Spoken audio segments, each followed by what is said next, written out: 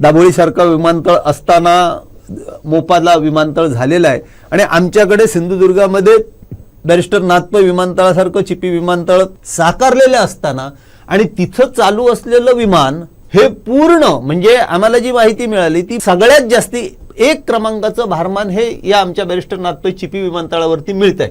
असं असताना आठवड्याचे 6 दिवस 7 दिवस विमान चालवण्याच्या ऐवजी ते 4 दिवस चालवलं जात आहे. इथून आमची सातत्याने मागणी आहे की बाबा एक विमान आहे ना, मुंबई विमान आहे, मग कोल्हापूरचं विमान चालत नाहीये, कोल्हापूर मुंबई ही विमानसेवा पुरेसं भारमान नाहीये, ती विस्तार करा.